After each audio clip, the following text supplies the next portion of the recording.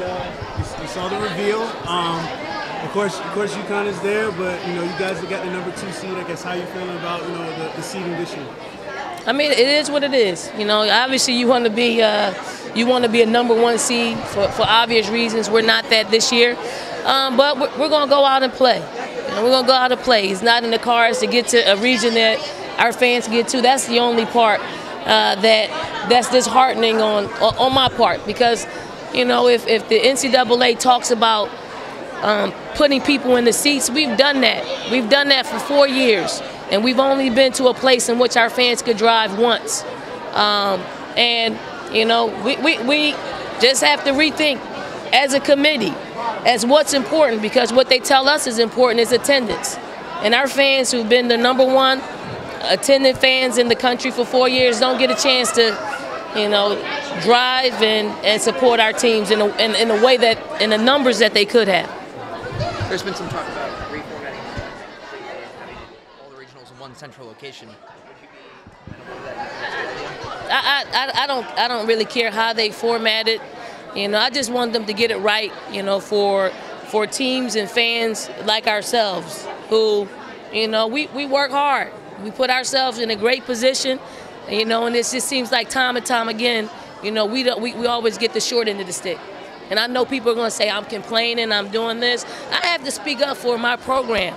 I have to speak up for our program, because I don't think there's anybody in the room that's speaking up for our program and for our fans and what we've been able to accomplish over the past few years. Who knows if it's going to be like this, but we sustained it for 4 years, at least 4 years, at least. Well, Dawn, how do you feel about being in the UConn side of things, given that you're defending national champs? I mean, what can you do? You're going to have to beat some pretty good teams, Is it an impossible feat? Obviously not. We've seen that, last year. If we're in the position of where we have to play them, we're going to play them. We're going to give it our best shot and let the chips fall where they may. Does it help that you've seen them already this year, just like last year? Does it help that you already played them, kind of see what they do? I mean, they're pretty much the same year in and year out. They run a pretty good system, and they're a fine oil machine. And you got to somehow do what we did to Mississippi State. Is you have to put them in situations that are unfamiliar to them by keeping the game close. Coach, when you have everybody throwing out, you and UConn, how much do you have to make sure you and your players just say, right now it's about North Carolina A&T? It surely is about North Carolina A&T.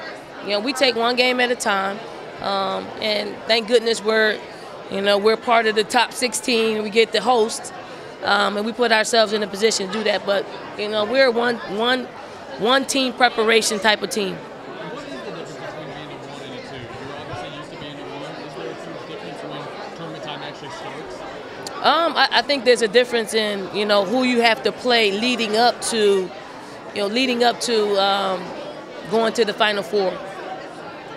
Coach, what's the meaning behind the power hoodies that you guys are wearing? I guess you guys will be wearing them throughout the tournament?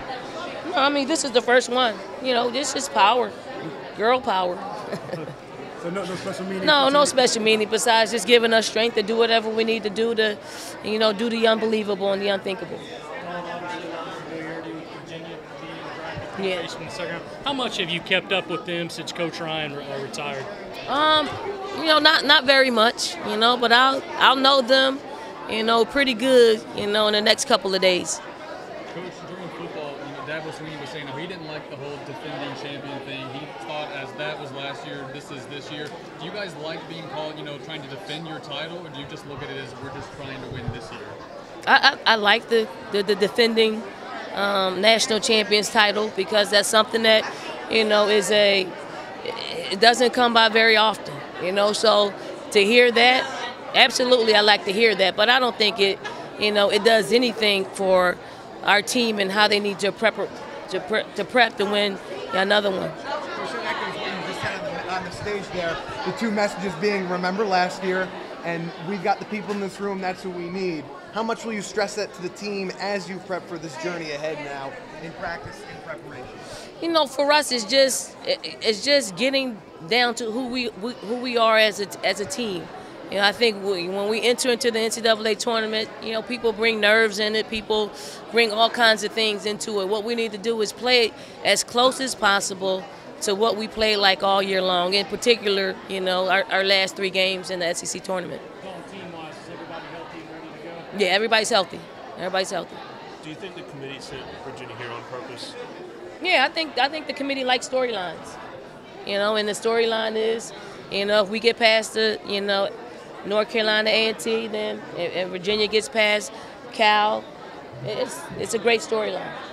Does it help playing the same time zone at least for you in the Eastern time in Albany, where you're not traveling to 3 hours away like you were Stockton last year?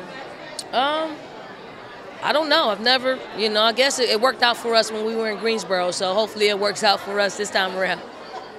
Coach, with A&T, SEC plays a lot. I think you kind of listen out to the folks down there at Orangeburg. Just maybe get some points and things they've seen from them this year.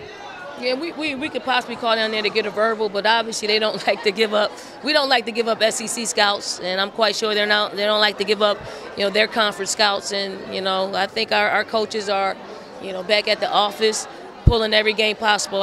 We had them as a possible matchup. With the Friday game time, what's the week look like? What's the plan ahead for practice? We'll go Tuesday, Wednesday, Thursday, and then get ready to play the game on Friday. They had a lot of time off this week, so, you know, and we're in spring break, so it'll be a good time for preparation.